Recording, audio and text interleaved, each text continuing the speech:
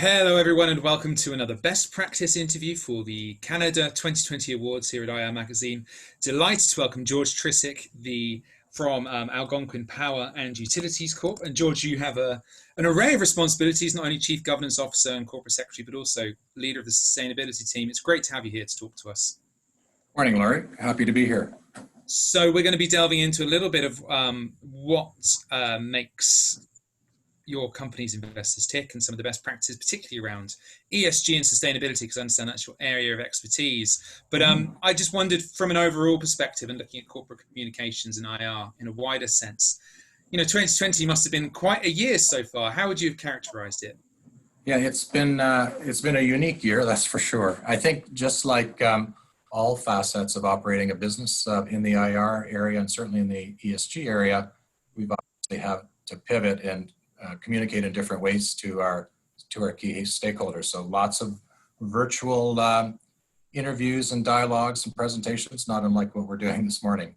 And I think most years we've been very busy as an organization. We're obviously a high growth organization and highly acquisitive, so we've got lots of things to communicate to the market. We're just doing it differently this year in terms of participating in virtual events, fireside chats with analysts and investors and institutional investors, things like that. So we're learning to adapt and modify, just like everybody else has had to do. And it hasn't, it's been a pretty smooth transition, I'd like to say, and I think the feedback we've had from our stakeholders has been good. Very glad to hear. I think a lot of, whether they're IROs, Corp Comms, Corp Secs, all seem to agree that a lot of these pressures were maybe, pre-existing, and moving to this new normal is perhaps something that's been, it's been on the cards. But you also at Algonquin have had the unique challenge of bringing in a new CFO just earlier this month in Arthur Kapczak. How's it been to onboard him? Have you had much time to catch up?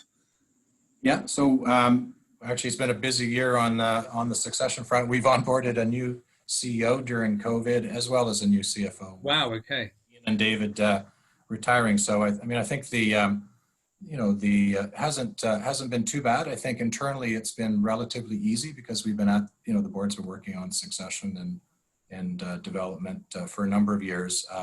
What's been different really is as opposed to going out and visiting our stakeholders and investors, it's all been just like all our other communications. It's been virtual introductions to the streets, and Arthur's been with us for a long time, so he's well known to certainly as our treasurer to the capital markets. So I think the announcement's been well received, and Arthur's ready for the role. So.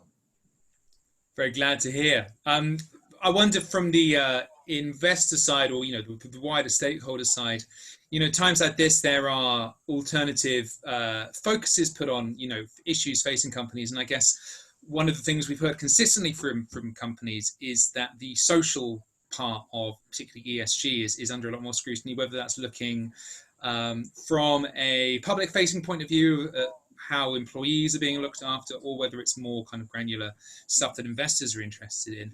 I wonder, from where you sit, what has been the shift in focus from investors, and indeed, has there been one? Oh, for sure. I think if we look back historically, there's been a lot of, certainly in the Canadian markets, governance has been at the forefront for a long time. And, we've communicated lots about governance practices to our stakeholders over the years. I think with the rise of ESG and sustainability as a focus for capital markets and stakeholders, not just investors, but employees and customers and other partners, that the E was certainly emphasized prior to COVID. But what we saw during COVID was certainly an ask of our stakeholders to really dialogue with them about what are we doing on the S side. So how are we treating and protecting our employees? We're in the utilities and power generation business. So, we're thankfully in an industry that hasn't been impacted as much as people in hospitality and other areas. So, but we've had to keep the lights on and the heat running and the water running through COVID in a safe, efficient and reliable way for our customers. So, lots of communication about how we're making sure that when we visit their homes and and have to deal with meters and turning on services and shutting off services and things like that, how we're doing that responsibly, and how we're engaging with our communities as an organization. We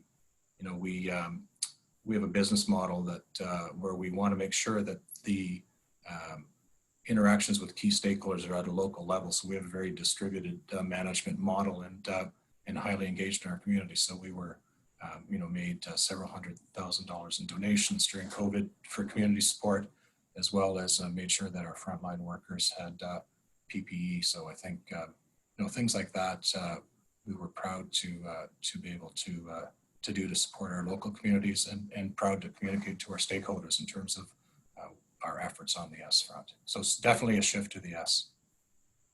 Yeah, interesting. Like I say, it matches up with a lot of what we've heard.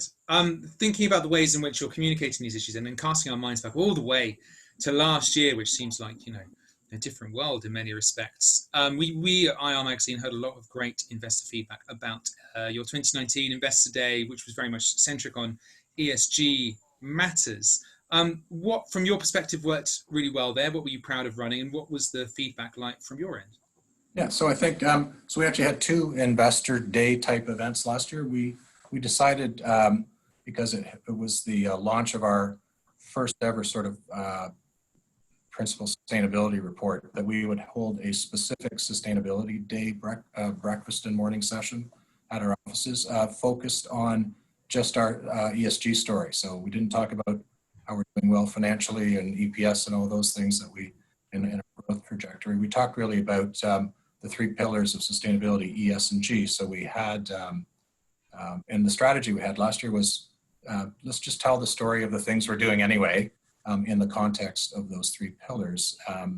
And also, let's take the opportunity to showcase the sort of senior level executive involvement in those 3 pillars. So I think the event was set up in sort of a fireside chat way, where we were able to demonstrate, how our CEO was engaged in sustainability, our COO, our chief legal officer, and the focuses of those folks, and how they're contributing to the 9 ESG goals that we've set for our organization through to 2023. So the feedback was very good. And I think the other observation I'd make is we just didn't focus on the E part. We actually spent an equal amount of time talking about the social initiatives, things of interest to our other stakeholders, our customers, our communities, and our employees, as well as the governance aspects around ESG. So very much a very focused event, and I think well received based on the feedback that we got from the people that participated. Certainly, and like I say, from the feedback we've heard too, when we're speaking to investors and analysts ahead of the awards, it was something that came up frequently, and it makes me wonder. It's like I say, feels like a bygone era to have so many people in one place, and getting to speak to people face to face. Do you imagine that, whether you're thinking about particularly ESG minded activities from the company perspective, or wider IR in general, is this lessened emphasis on travel going to be something that maybe sticks around for longer? Do you think that will be, it seems that a lot of teams are relishing the extra time and the less time they spend traveling, for example? Yeah, I'd agree with that. Actually, I saw an interesting quote from the CEO of Microsoft published a few weeks ago, and basically the observation was, we've seen a decade of progress in moving to digital platforms in months during COVID, and I think that's very much true. Even if you look at things like our sustainability report that we're putting up on our website in the next couple of days for folks that are interested, it's much more an interactive document as opposed to a PDF flip the pages thing.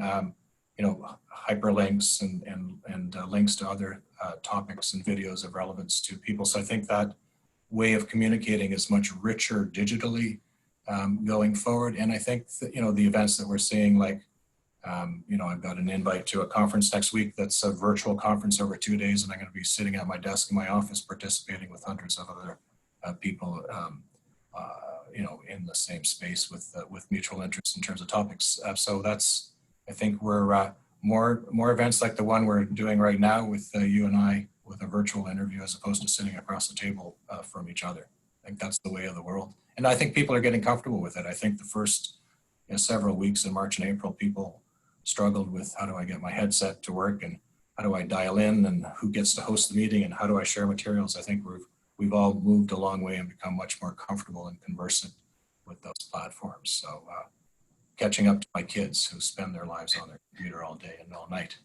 I was about to say, I feel like, in a lot of ways we're up to speed, but yet there are still times when I'm left completely lost for words, literally, unable to communicate. So by the end of the year, hopefully I think we're all getting more comfortable with this format. Definitely. So look, my final question, George, is really thinking about the aspects of your IR, your corporate communications, the way you interact with stakeholders that make you, most proud of the company. What do you think sets it apart from the efforts of others? I think my what I'd say on the ESG side is, look, our strategy was quite intentional with ESG in terms of the way we communicate. We just basically told our story in a different language, if I could put it that way. We didn't sort of create programs to align with formats and reporting structures that were out there. We just sort of looked at ourselves internally and said, look, we're doing a lot of good stuff as an organization. We're just not talking about it in the right way to various stakeholders. So I think, an intentional internal look at an assessment of, and I think most organizations will find they're probably surprised when they do that in terms of what they're actually doing internally, and they just haven't sort of cast their eyes that way and packaged it to their stakeholders that way. So I think, exercise was of value to us in terms of, we certainly launched our ESG programs. And I think on the investor side, look, we've been very high touch in terms of, participating in, fireside chats, certainly recently in investor days, and in terms of, having our CEO and CFO certainly historically go out and spend time talking to investors and stakeholders. So I think those are sort of the things that would differentiate us. Like I say, tallies exactly what we're hearing here at IR Magazine. So George, thank you so much for your time. Look, I won't keep any more, and I won't risk any more the risk of any more technical hitches might potentially confound us. But listen, it was great to have you here. Thank you for making the time to speak to us, and hope to see you at the awards. Thanks, Laurie. Enjoy the chat, and we'll see you again. Bye bye now.